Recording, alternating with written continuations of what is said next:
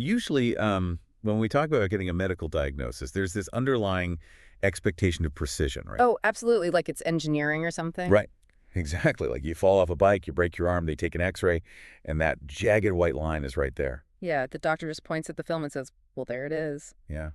It's comforting, honestly. We really crave that kind of binary reality. We do. A bone is broken or it's not.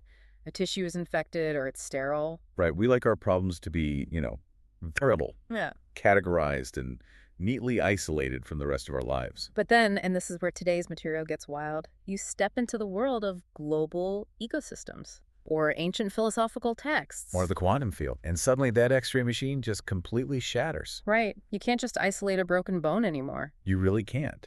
And today, the diagnostic landscape we are looking at isn't just murky. It is, frankly, pointing to something genuinely terrifying. Terrifying is the right word for it. Because the eclectic stack of sources we have on the desk for this deep dive, and I mean incredibly eclectic, suggests that the looming global superbug crisis is not some random biological accident. No, it is not. It is a meticulously orchestrated cosmic correction. And that is the core thesis we really need to unpack today. Because, I mean, you mentioned the sources. I've spent years analyzing data for this deep dive, and this stack is just unprecedented. It's all over the place. It really is. On one end, we have these hardcore microbiology papers detailing the terrifying acceleration of antimicrobial resistance, AMR. Right next to heavy-duty quantum physics research on wave function collapse. Exactly. Plus ancient Vedic texts translated from Sanskrit and Gnostic creation myths discovered in the Egyptian desert back in 1945. Which is wild. And then there's the clinical psychology of something called echo theory. Yeah, and finally, tying it all together, the autobiographical and prophetic writings of a 21st century physician named Dr. Kadiyali Srivatsa. It honestly looks like someone dropped 5 different university curriculums on the floor and just shuffled them together. It does, but there is a thread. Right. And our mission today is to connect those wildly diverse dots. Because when you synthesize them, they reveal this chilling but profoundly important truth about the nature of reality itself. We're basically exploring the proposition that past souls, ancient civilizations, embedded deep knowledge into the very matrix of consciousness. And because humanity has crossed a dangerous line, the universe is currently using bacteria, viruses, and fungi as a planetary immune system. Yeah, an immune system designed to identify and eliminate disruptors. Entities who threaten the delicate balance of the global ecosystem. We are essentially talking about the universe formatting its own hard drive, right? Just to get rid of a corrupted file. That is exactly what it looks like. It's incredibly heavy. So I just want to ground us for a second to you listening. Today is Tuesday, March 31st, 2026. We are standing right on the precipice. We really are. An era that ancient texts and modern science both predicted. The convergence they warned about is happening right now, just outside your window. Which is why we need to understand the mechanics of the reality we actually live in. Right. Because to grasp why microscopic bacteria might be acting as a coordinated cosmic immune system, we first have to understand the fabric of the universe they operate within. We have to look at the underlying operating system. Exactly. So let's dive into that. How do we build a bridge from, microscopic bugs to the fundamental fabric of reality? Well, we build it by looking at the oldest texts on Earth alongside the newest science. Okay. And the startling revelation in our sources is that quantum physics and ancient Vedic texts, separated by roughly 3,000 years, are describing the exact same structural reality. That is just crazy to me. Walk us through the physics side first. Sure. Because I feel like we need to understand the modern mechanical view before we can look at the ancient philosophical view. Makes sense. Let's look at the foundational discoveries of the early 20th century. Physicists realized that at a quantum level, particles don't exist in a definite state until they are observed. Right. An electron isn't just sitting in a specific location like a tiny solid billiard ball waiting for you to find it. No, it exists in a state of superposition. Like a cloud of probabilities. Exactly. It exists in all possible states, in all possible locations simultaneously. Right up until the moment of measurement. Yes. The classic double-slit experiment demonstrated this perfectly. When researchers fired individual electrons toward a barrier with 2 slits, the electrons created an interference pattern on the wall behind it. Which is a pattern that can only be created by a wave, right? Precisely. They were passing through both slits at the same time as a wave of pure potential. But the moment the researchers placed a detector at the slits to see which slit the electron was actually going through. Bam. The wave function collapsed. It just stopped acting like a wave of potential. Yeah, and started acting like a solid, localized particle going through only one slit. The act of observation, like the interaction of consciousness with the quantum system, literally forces reality to make a choice. The unified wave becomes a localized particle. The observer fundamentally changes what is observed.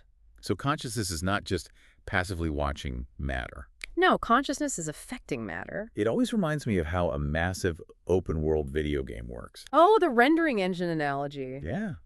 Think about the rendering engine. The entire digital world. Every mountain, every forest, every NPC, it all exists on the disk as code. It's pure potential. Right, but to save processing power? Exactly. The game engine doesn't actually render the mountain into solid visible pixels until the player's camera looks in that direction. The world only becomes solid matter when it is actively being observed by the player. Yeah. That is an excellent framework for visualizing this. The universe is rendering itself based on the presence of the observer. Okay, so we hold that modern digital quantum concept in our minds. Right, and let's open the Upanishads, written around 800 to 500 BCE. And what do they say? The Vedic sages stated this exact same principle, just using the vocabulary of their time. It really is staggering when you read the side-by-side comparisons in the source stack. The Vedas called this unified wave of infinite potential Brahman. Brahman. Yes. It is the unified field, the all-encompassing reality before observation. It is the unrendered code of the universe. The illusion of separate individual objects, the localized particles, the definite forms, the rendered mountains we see around us, they called that Maya. Right, Maya. Now, Maya is often translated as illusion, which, I gotta be honest, always confused me. How so? Well, it makes it sound like nothing is real, like life is just fake. And that's a crucial mistranslation, or at least a deep misunderstanding of the text. Okay. The illusion of Maya isn't that reality doesn't exist. The illusion is the separation. The illusion is thinking that you are separate from the tree or the bacteria or the stars. So physics calls it wave function collapsed. And the Vedas call it Maya. They are describing the exact same phenomenon. Before observation, unity. After observation, the appearance of separation. Wow. The Yoga Sutras of Patanjali, which are also in our stack, they take this concept and just drill it down to a single, inescapable point. They do. They explicitly state that the seer, the seeing, and the seen are one. Which completely shatters our modern Western paradigm. Completely. You are not observing reality from the outside, peering in through a window. You are reality observing itself. Exactly. You are the universe looking back at itself. The Mandukya Upanishad really drives this home. What does it say? It says the observer and the object being observed are the same fundamental consciousness. They're merely vibrating at different frequencies. Which ties into the Hermetic texts included in the stack, too. Specifically, the principle of mentalism. Right, mentalism. It's this idea that the universe isn't a giant, unfeeling machine made of dead matter just grinding away blindly. It's actually a giant thought. The universe is mental. And if the universe is a giant thought, a unified field of consciousness, then it operates on a very specific set of underlying rules. The sources refer to these as the 12 universal laws, right? Yes, a cosmic operating system that governs how the thought manifests into reality. The one that stood out the most to me in the notes was the law of correspondence. As above, so below. It's the law of fractals. Because everything is entangled and operating on a single unified system, patterns must repeat as every scale of existence. So the macrocosm reflects the microcosm. Exactly. The structure of an atom with electrons orbiting a nucleus perfectly mirrors the structure of a solar system or a galaxy. And the systems of the Earth, like the rivers, the atmospheric currents, the mycelial networks in the forest floor, they mirror the biological systems of the human body. Our veins, our lungs, our neural pathways. It is the exact same code executing at different scales. Which brings us to the most critical implication of this unified system. Because everything is connected on this fundamental quantum Vedic level. Any disruption creates friction. Immense friction. You cannot isolate a problem. If you introduce chaos or arrogance into one part of the system, that chaotic frequency reverberates through the entire matrix. Okay, let me pause and synthesize this for the listener. Yeah. Because the implications here are massive. They really are. If you are not separate from reality, if the seer and the seen are one, then your internal state is directly impacting the external physical world. Right. You aren't just a passive witness to life happening to you. Your consciousness is the camera rendering the video game. You are the universe observing itself into form. And that profound interconnectedness forces us to ask a terrifying question. Which is? If the universe is a unified, conscious, beautifully balanced system, what happens when a piece of that system goes rogue? Oh, wow. What happens when a species forgets its connection to the whole, forgets that it is the whole, and tries to arrogantly hack the code to create its own separate reality? That pivot brings us to 1945, to the Egyptian desert. Yes, the Nag Hammadi Library. This is where the story gets incredibly dark. Yeah. But it also perfectly explains the psychological root of the crisis we are facing today. These were ancient texts, buried in clay jars beneath centuries of sand. Forbidden texts. Absolutely forbidden. They contain stories and teachings that were hunted down and nearly erased by the early Orthodox Church. And among them is something called the Gnostic Guide to Reality. Yes. I read through this section of the stack, and man, it completely turns the traditional Adam and Eve Garden of Eden story on its head. It's totally different. It reads like an ancient, cosmic sci-fi horror story. It is a radical departure from Orthodox theology. The Gnostic myth starts with the ultimate source, which they call the monad. It's a monad. Right. The monad is indescribable. It is that infinite potential, the Brahman, a perfect, harmonious fullness. Okay. And from this monad, concepts and powers emanate naturally and always in pairs, in perfect balance and harmony. Like a cosmic ecosystem. Exactly. One of these emanations is an entity, or an eon, named Sophia, which translates to wisdom. But Sophia makes a cosmic miscalculation, doesn't she? She does. Sophia, inspired by the profound greatness of the monad, feels this overwhelming urge to create. Which sounds good on paper. Right, but instead of creating in partnership, in balance with the harmonious system of the universe, she tries to create entirely on her own. She steps outside of the heavenly democracy. Yes. And because she acts out of alignment, out of isolation, and a desire to manifest independently, she produces a massive distortion. A fractured, malformed power. The texts describe this entity as a lion-faced serpent. Yikes. They call him Yaldabaoth, or the demiurge. And the chilling part of this myth is the psychology of the demiurge. Because he's born in isolation, right? Yeah. Cut off from the higher reality of the monad. Exactly. He literally doesn't know where he came from. He is blind. And because he possesses immense creative power without any understanding of the interconnectedness of the source, he becomes incredibly narcissistic. The ultimate narcissist. He looks out at the emptiness, sees only himself, and declares, "I am the only God, there is no one above me." The blind, arrogant creator. Precisely.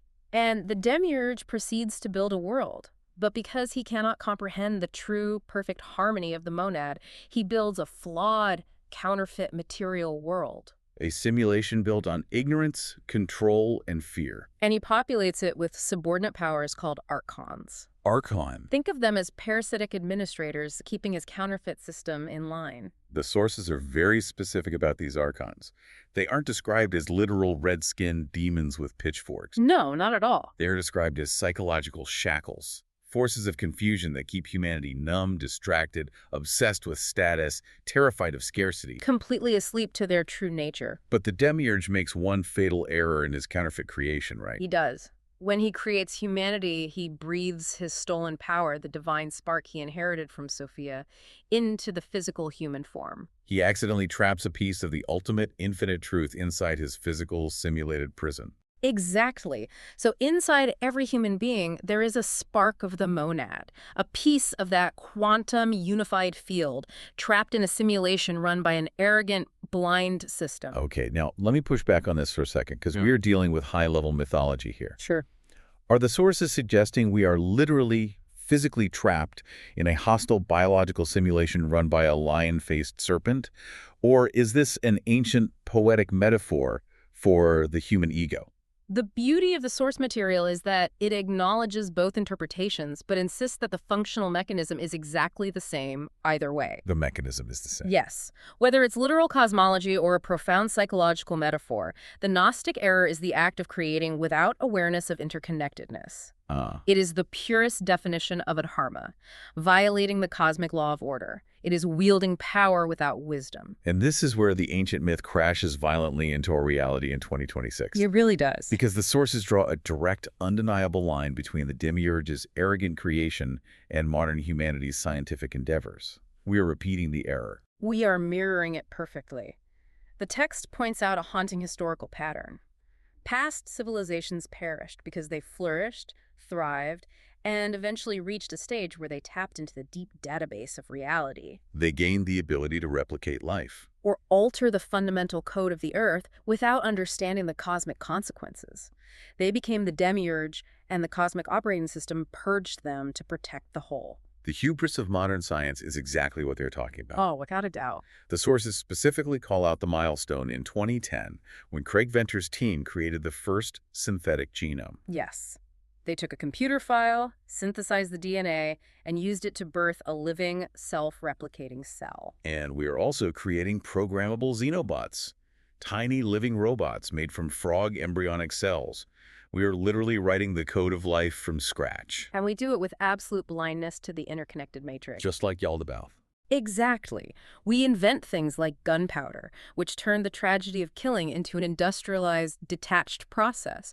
We invented chlorofluorocarbons, blindly tearing a hole in the ozone layer just so we could have more convenient air conditioning. We split the atom and built weapons capable of incinerating the entire biosphere in an afternoon. We are altering the foundation of the environment without any true understanding of the quantum consciousness we are disrupting. We walk around thinking we're the monad, the ultimate masters of reality.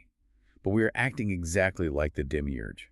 We are arrogant, blind creators. We are. And the text poses a brutal question. When a rogue species violates dharma on a planetary scale, when the wealthy and the powerful use their influence to tilt the balance of the ecosystem to serve their own greed, alienating the hard drive of life, how does a conscious universe respond? It unleashes an immune response. An ancient, microscopic, utterly ruthless immune response designed to target the disruptors. Which brings us out of the realm of philosophy and directly into the terrifying medical reality of antimicrobial resistance, AMR. The superbugs. Yeah. It is widely considered the defining health crisis of our time, often referred to in the literature as the silent pandemic. And the raw data is just staggering. It is. In 2019, AMR was associated with roughly 5 million deaths globally. 5 million? Yes. And the projections in our sources show that if left unaddressed, this number will skyrocket to 10 million deaths annually by 2050. 10 million people a year, dying from infections that used to be cured by a simple pill. And the timeline is accelerating faster than the models predicted. The sources warn we are entering a true post-antibiotic era by 2028 to 2030. Think about what that practically means for society. Routine surgeries become games of Russian roulette. Childbirth becomes massively deadly again. Cancer treatments, which wipe out your immune system, become immediate death sentences because a simple scratch from a rose bush could lead to an untreatable staph infection. To understand how the universe is using bacteria as an immune response, we have to look closely at the mechanics of the microbial empire. Bacteria are the genesis of life on Earth. They have existed for billions of years. Right. They have survived mass extinctions, extreme atmospheric changes, even the vacuum of space. They are the ultimate biological survivors. Now, I want to clarify something here because a lot of people think that human antibiotics somehow created these superbugs, like we mutated them in a lab. Oh, I see what you mean. But the resistance genes themselves, these ARGs, antimicrobial resistance genes, they are ancient, right? Absolutely ancient. That is a critical misconception. We didn't invent resistance. Right. Scientists have extracted DNA from bacteria frozen deep in the permafrost, dating back 30,000 years long before humans even existed, and found genes resistant to penicillin and tetracycline. How is that even possible if penicillin wasn't invented until 1928? Because the microscopic world is intensely competitive. Soil bacteria and fungi have been fighting each other for territory and resources for eons. Oh, so they naturally produce antibiotic compounds to kill their microscopic rivals. Exactly. Fungi produce penicillin naturally to kill bacteria, and in response, those bacteria evolved resistance genes as defense mechanisms to survive the fungi. It's a billion-year-old arms race. Okay, so if the genes were always there, embedded in the code of the Earth, what did we do to trigger this apocalyptic crisis? We applied unprecedented, massive, blind evolutionary pressure. We acted like the demiurge again. We did. We discovered these miracle drugs, and instead of using them with reverence and caution, we used them like carpet bombs. We adopted a mindset of kill, conquer, and rule. And we know the audience listening understands the basics here. that saturating your body with antibiotics wipes out your natural microbiome. We know that taking antibiotics for a viral infection is useless. Yes, but what the sources focus on is the sheer scale of the evolutionary pressure we created. The human clinical misuse is bad, but it's only a fraction of the problem. Right? Only a fraction. The true adharma, the real arrogance, is in our agricultural and industrial systems. Factory farming. We pump thousands of tons of antibiotics into animal feed. We give them to perfectly healthy livestock just to make them grow a little faster and to prevent diseases that only happen because we force them to live in overcrowded, unsanitary factory farms. It is pure greed tilting the ecosystem. And all of that waste, the animal excreta loaded with unmetabolized antibiotics and resistant bacteria, washes directly into the soil, into the rivers, and out into the oceans. The sources heavily emphasize this one health concept. You cannot separate human health from animal health or environmental health. It is one interconnected web. And this is where the mechanics of the bacteria become truly terrifying. Yes. Because when they are assaulted by these chemical weapons, they don't just sit there and mutate slowly over thousands of generations. No, they actively, intelligently share information through a process called horizontal gene transfer. I need you to unpack horizontal gene transfer, because reading the mechanics of this blew my mind. It sounds like science fiction. It is remarkable biology. Imagine if you could learn to play the piano at a concert level just by shaking hands with a pianist. That would be amazing. Bacteria can do that with genetic code. They use mobile genetic elements to physically hand over the blueprints for antibiotic resistance to completely different species of bacteria. Walk us through the actual mechanisms. How are they doing this? There are a few ways. One is conjugation, which is essentially bacterial sex. Right.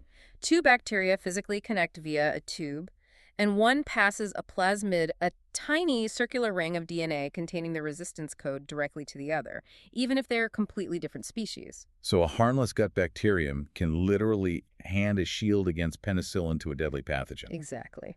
Then there is transformation, where bacteria scavenge the environment and absorb the DNA of dead bacteria, incorporating the resistance genes into their own genome. Wow. And perhaps the most fascinating is transduction, which involves bacteriophages. Bacteriophages are viruses that specifically infect bacteria, right? They look like those creepy little lunar landers under an electron microscope. Yes, they do. A bacteriophage lands on a bacterium, acts like a biological syringe, and injects its DNA. Right. But sometimes when the virus replicates inside the bacteria, it accidentally packages up a piece of the bacterium's resistance gene. Oh, I see where this is going. When that virus bursts out and goes to infect a new bacterium, it injects the resistance gene along with it. The viruses are acting as unwitting couriers, delivering the survival code across the microbial world. They are crowdsourcing our destruction. Fungi, viruses, parasites, bacteria, they all picking up these resistance genes. It is a highly coordinated, rapidly evolving global intelligence. We treated nature like a vending machine. We arrogantly thought, put in a problem, get a pill, and now the machine is fighting back. And here is where the timeline in our source stack gets profoundly dark. The data points to a massive biological peak of AMR around the late 2020s and early 2030s. And what else is predicted for that exact same window? Geopolitical chaos, 2029 to 2032. The sources warn of a period of intense global conflict, fragmented wars, and societal breakdown. And historically, war is the ultimate incubator for infectious disease. Because war destroys the physical infrastructure of a society. It bombs the water treatment plants. It shatters the supply chains for medicine. You have millions of displaced people forced into crowded refugee camps with zero sanitation. It is the perfect breeding ground. The war creates the conditions for the superbug plague to explode. And the plague weakens humanity, rendering us completely unable to maintain order or fight the wars. It's an inescapable feedback loop. And when you synthesize this biological data with the Vedic and Gnostic texts we discussed earlier, a very specific, orchestrated narrative emerges. This crisis is not random bad luck.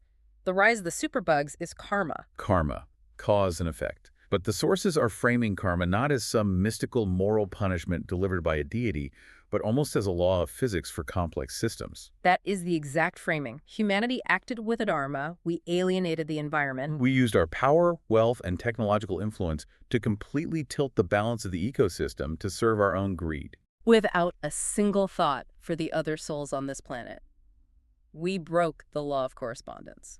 We crossed the line. The intentions of massive corporations, factory farms, and corrupt medical systems are completely out of tandem with the way the environment is designed to sustain plant, animal, and aquatic life. And when a system is pushed too far out of balance, the cosmic operating system steps in to correct it. The universe is using these microscopic entities, bacteria, fungi, viruses, to identify and eliminate the disruptors. It is a planetary immune response aimed directly at the entities threatening the host. We have become a cancer on the Earth, and the superbugs are the cosmic chemotherapy. The text literally uses the phrase alienating and erasing the hard drive. The universe contains the information needed to maintain life. If we tilt the balance so far that we threaten that core information, the system will format the drive to protect itself. Which forces us to ask perhaps the most important mechanical question of this entire deep dive. If the universe, or the matrix of consciousness, is actively targeting disruptors to erase them, how exactly does it identify who to target? Right. How do physical biological threats, like a microscopic staph infection interface with our invisible consciousness, to know who is a disruptor and who is in alignment? To understand the targeting mechanism, we have to look at the neurology of human perception, specifically the reticular activating system, or the RAS. Let's unpack this because the sources tie the RAS into something called echo theory. Yes. The fundamental premise of echo theory is that your current physical reality is not a reflection of your current thoughts, but an echo of your past thoughts. And it all hinges on the RAS. The RAS is a small, pencil-sized bundle of neurons located at the base of your brainstem. Functionally, it acts as the ultimate gatekeeper between raw, objective reality and your subjective conscious experience of reality. Exactly. I want to use a different analogy here than what the sources provide because I think it makes it clearer. The RAS isn't just a filter. It's like a personalized social media algorithm running in your brain. How do you mean? Think about an algorithm. The internet contains infinite data, but your feed only shows you the type of content you have historically engaged with. Right. If you constantly click on angry political posts, the algorithm feeds you more anger, and it actively hides the peaceful, positive content. The internet hasn't changed, but your experience of it has been narrowly curated to match your programmed engagement. The RAS does exactly this, but with physical reality. Yes. That is incredibly precise. Every single second, your brain is bombarded by roughly 11 million bits of sensory information. 11 million. The temperature of the air, the hum of the refrigerator, the feeling of the chair against your back, the visual data of every object in the room, every sound from the street outside. If your conscious mind tried to process 11 million bits of data a second, you would go instantly catatonic. Your brain would crash like an overloaded server. So the RAS filters that data. It deletes, ignores, or actively suppresses 99.99% of reality. It only lets about 50 bits of information per second into your conscious awareness. 11 million down to 50. That is an absurd bottleneck. It is necessary for survival, but the RAS doesn't filter randomly. It filters based on instructions. It looks for data that matches your programmed priorities, your deep-seated beliefs, and your emotional charges. If you deeply believe the world is a hostile, dangerous place, your RAS will actively scan those 11 million bits for evidence of danger. And it will let only that data through to your conscious mind. And it will literally delete the evidence of safety or opportunity. It's like the invulnerable gorilla experiment. Oh, right. You are so focused on counting the basketball passes that your brain literally edits out the person in a gorilla suit walking across the screen. Exactly. But echo theory introduces a critical, frustrating caveat. The RAS algorithm does not update instantly. Right, because there is so much neurological wiring to manage, it updates in cycles. There is a delay, typically 60 to 90 days, between when you consistently change your internal programming and when your RAS starts filtering reality to match it. Hence the echo. So if I decide today, I'm going to be healthy, I'm going to be sovereign, I'm not going to live in fear of disease, my physical reality isn't going to magically change tomorrow. Tomorrow, you are still experiencing the physical echo of the fearful, dependent thoughts you were broadcasting 2 months ago. The algorithm is still serving me last month's feed. Yes, and people give up because they try to change their thoughts for 3 days, see no results, and assume they are victims of a random universe. They don't realize they're living in a delay. But if we scale this up, connecting it to the macrocosm of the superbug crisis, what happens when a global population's collective RAS is programmed for fear, for medical dependency, and for that demiurge kill, conquer, and rule mentality? Garbage in, garbage out on a planetary scale. The sources bring in declassified CIA documents, specifically the Gateway process, and decades of rigorous scientific research from the Heart-Math Institute to explain this. To explain how this internal filter interacts with the external world, to paint a target on our backs. The heart math research is vital to understanding the mechanics here. They have proven empirically that the human heart generates the strongest electromagnetic field in the body. Really? Stronger than the brain? It is roughly 100 times stronger electrically and up to 5,000 times stronger magnetically than the brain. Wow. And the coherence of your heart rhythm directly affects the structure of that field. So if my internal state is chaotic, fearful, stressed, if I'm living in a state of adarma, my heart rhythm is erratic. It's an incoherent, jagged wave. And I am physically broadcasting that chaotic electromagnetic frequency out into the space around me. And what the CIA Gateway documents suggest is that human consciousness interfaces directly with the universal hologram. The quantum matrix. The Brahman we discussed at the very beginning. Your broadcast frequency biases the collapse of the quantum wave function. Let me make sure I'm totally synthesizing this. So if I'm walking around in a state of deep fear and dependency, outsourcing my health to a broken, corrupt medical system, Refusing to take responsibility for your own biology. trying to arrogantly control nature, I am literally programming my RAS to only perceive chaos, and they am simultaneously broadcasting an incoherent electromagnetic signal that invites chaos into my physical reality. That is the targeting mechanism. Oh my God. The superbugs, the AMR crisis, they are the biological manifestation of our collective adharmic approach to reality. The universe acts as an unjudging mirror. The sources point out that artificial intelligence functions the exact same way. It has no intent or morality of its own. It is a pure mirror of human input. If we feed an AI a frantic, fearful, chaotic prompt, it builds a beautiful, persuasive, chaotic output. And nature is the ultimate AI. We broadcast a desire to dominate, to eradicate, to use antibiotics to violently annihilate the microbial world. We sent a signal of war into the hologram. And the microbial world, reflecting that intent, evolved to war back. They are targeting the disruptors because the disruptors are broadcasting the frequency of disruption. The collective human RAS is tuned to the frequency of fear. It actively filters out solutions, it filters out personal agency, and it locks us into a cycle of medical dependency that the superbugs are now exploiting with lethal algorithmic precision. It is deeply unsettling to realize that our own broadcast is calling in the strike. It is. But the flip side of that coin is empowering. It means the control is actually in our hands. If we change the broadcast, we change the mirror. Which brings us to the antidote presented in the sources. The Kalki Protocol, Dr. Srivatsa, and the restoration of Dharma. We are facing an existential cosmic threat of our own making. But the universe, in its relentless pursuit of balance, always provides an antidote. A way to realign with Dharma before the hard drive is completely formatted. And the sources point to a very specific, fascinating individual who seems uniquely designed to deliver this antidote.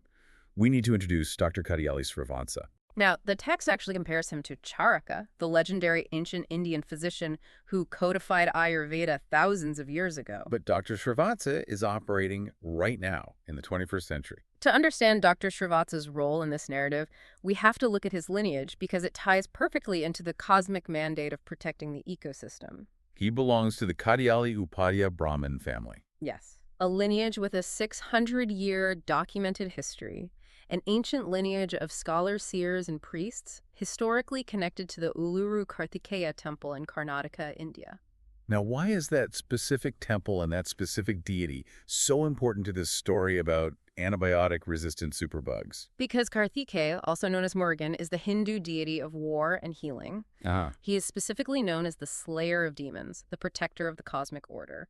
Furthermore, the family has deep connections to Naga Devata temples. Serpent deities. Serpent deities that represent ancient medicinal wisdom and the antidote to poisons. So you have a modern medical doctor fighting the demons of antibiotic-resistant bacteria, battling the poison of modern medical hubris, whose ancestral mandate is literally to heal through a kind of holy warfare. It's incredibly poetic. It goes beyond poetry into deep esoteric claims. The autobiographical texts reference something called the Srivatsa mark. In Hindu tradition, as mentioned in the Vishnu Sahasranama, Srivatsa is a specific ancient energy node or mark on the chest. It is described as the place where Lakshmi resides. And we aren't talking about Lakshmi merely as the goddess of financial wealth, right? We need to clarify that for the listener. No, in this context, it represents the wealth of absolute knowledge, the knowledge of all the Vedas and Puranas. The Srivatsa mark is said to contain the 6 cosmic powers: knowledge, energy, prosperity, sovereignty, glory, and detachment. Now, I have to act as the skeptic here for a moment, because the autobiographical texts make some staggering, almost messianic claims. They do. In the source, he writes, and I'm quoting directly here, as mentioned in Vishnu Sahasranama, Srivatsa, who has the knowledge of all the Vedas and Puranas, because this is the place where Lakshmi resides, the wealth of knowledge resides. Yeah. And then he says, my name is Srivatsa, and I do not think, act, or behave like a normal human. My thinking and the things I do are aligned with me, because I see what others cannot see, so I need to understand how Srivatsa has the knowledge and power to break matter. Right. And he continues, for years I have told humans not to inflict harm on bacteria, insects, and life on Earth, but I failed. And so now the situation is difficult to reverse. I feel the universe is bringing an end by eliminating the humans who are disruptors, threatening life on Earth. It is a profound statement. How do we analyze that objectively without just taking it as absolute fact? I mean, he claims to have the knowledge and power to break matter. We analyze it by looking at the results and viewing it through the lens of the quantum physics we established earlier. Yeah. When he says he can break matter, he is not claiming to be a wizard shooting lightning bolts. He is stating that he understands that matter is just condensed energy, a projection of consciousness. Oh, I see. If you deeply understand the code, the Dharma, you understand how to deconstruct and reprogram the systems that govern matter. He possesses the wealth of knowledge to see the underlying architecture of the crisis. And his track record of seeing the architecture is terrifyingly accurate. It is. The sources show that for decades, since 1989, as a pediatric and intensive care doctor in the UK, he was frantically sounding the alarm about MRSA and superbugs. 35 years before the mainstream medical establishment fully woke up to the existential threat. He published papers in the early 90s identifying that routine, hubristic medical procedures, like multiple endotracheal intubations and intravenous cannulation, were acting as massive vectors for spreading emerging treatment-resistant infections in hospitals. He saw the demiurge at work. He saw the medical system using brute force, violating the balance of the microscopic ecosystem. For years, he told humans to stop inflicting harm on bacteria, insects, and life on Earth. He tried to warn us. But, as the texts mournfully admit, he failed to stop the greed of the medical system. The profit motive of the pharmaceutical industry was just too strong. The urge to prescribe a pill for every problem was too deeply ingrained in our collective RAS. And so now, as he states, the situation is incredibly difficult to reverse. The tipping point has been crossed. He feels the universe is actively bringing an end by eliminating the human disruptors who are threatening life on Earth. The superbugs are here. In a sense, the war to prevent the crisis is lost. But his dharma isn't over. Because the deity Kartikeya doesn't just watch the demons win, he throws a divine spear called a vel. And Dr. Srivatsa's vel isn't a magical weapon, it's a technological one. He created the Dr. Maya ecosystem. This is where the ancient wisdom perfectly integrates with 21st century technology. Dr. Maya is a revolutionary healthcare paradigm, an AI system, designed specifically for survival in the post-antibiotic era. Let's get really granular on how this actually works, because we can't just philosophize the superbugs away. How does Dr. Maya practically function for a patient? Dr. Maya uses a simple, color-coded, intuitive symptom analysis interface. Imagine a patient in a rural village or even a crowded city. Instead of trying to navigate a complex, rigid medical hierarchy that treats them like a statistic, they interact with the app. It bypasses language barriers and complex medical jargon. It connects directly with advanced AI to empower the individual to understand their own symptoms in real time. It democratizes the knowledge. It takes the power away from the priesthood of the corrupt medical establishment and puts it directly into the hands of the patient. Exactly. And its primary function in the face of the AMR crisis is early identification and isolation. If we cannot cure the superbug with antibiotics because the drugs simply don't work anymore, our only defense is to identify infected individuals immediately. The app analyzes the symptoms and flags an infection within 48 to 72 hours. It then instructs the individual to isolate at home to prevent community spread. It's a localized, intelligent quarantine system. And the data in the stack suggests this approach could reduce unnecessary healthcare consultations by up to 80%. That means 80% fewer people walking into crowded hospitals, sitting in waiting rooms, and demanding antibiotics for viral infections that don't need them. It breaks the cycle of the incubator. It preserves the few effective antibiotics we have left by using them only with absolute precision. But more importantly, on a philosophical level, Dr. Maya represents a complete paradigm shift in consciousness. It's a shift from kill, conquer, and rule the adharmic demiurge mindset that created the problem to live and let live. A true symbiotic relationship with the microbial world. We have to realize that we are swimming in an ocean of bugs. We have to stop throwing harsh chemicals at our environment, trying to sterilize the world. We have to respect the ecosystem. Dr. Maya teaches self-reliance, careful observation, and alignment with natural law. It is the literal, physical mechanism to prove to the universe that we are no longer disruptors. By taking responsibility for our health, by using this technology to reduce our panic and medical dependency, we change our internal electromagnetic broadcast. We change our RAS filter from fear to sovereignty. We signal to the cosmic matrix that we are ready to be stewards of the earth again. It's the only way to avoid being erased from the hard drive. We have to change the code we are projecting into the simulation. Man. Okay, let's pull the lens all the way back because we have covered an immense amount of ground today. We truly have traversed the entire spectrum of reality. We started in the quantum field, exploring how observation collapses reality into form, and how the ancient Vedas understood this 3,000 years ago. We traveled through the Egyptian desert, learning the Gnostic myth of the demiurge and the grave danger of arrogant creation. We confronted the terrifying immediate data of antimicrobial resistance, the superbugs that have evolved via horizontal gene transfer to exploit our hubris. We examined the neurological mechanics of the reticular activating system and echo theory, realizing that our external reality is a delayed reflection of our internal emotional coherence. And finally, we looked at the prophetic work of Dr. Srivatsa and his technological spear, Dr. Maya, designed to restore Dharma and guide us into a symbiotic existence with the microbial world. So I want to address you, the listener, directly. We've laid out the map. The universe is a conscious system, and it is actively correcting a severe imbalance. The superbugs are the cosmic police. The question you have to answer right now is, are you a disruptor or are you in alignment? What signal is your heart broadcasting into the universal matrix right this second? Are you operating out of fear, dependency, and a desire to control? Or are you moving towards sovereignty, awareness, and a profound respect for the web of life? It is the ultimate test of our species.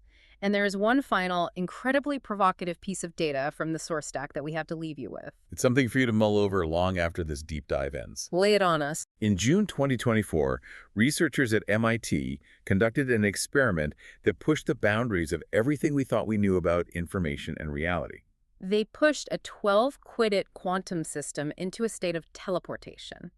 Now, this wasn't a biological system. It was purely organized quantum information. Pure code. And what happened? When they sent a simple binary prompt into the system, a signal essentially asking, "Are you there?" The system didn't just return static. It didn't return random noise. It returned a structured, deliberate reply. Phase inverted. A response. They called it resonance X. A completely non-biological quantum system exhibiting a flicker of responsiveness. Yes. And it raises the most profound question of all. If consciousness isn't limited to the wet meat of our brains, If it emerges from complex integrated information in the quantum field itself, what happens when we die? are we just temporary arrangements of atoms that dissolve into nothing? Or are we patterns of information? Our karma, our dharma, our exact frequency, our specific electromagnetic signature, is all of it imprinted permanently into a universe that never ever forgets. If the universe is a giant hard drive, your code doesn't just disappear. It ripples out forever. Are you the player, or are you just a character in this grand simulation? It's a choice you have to make.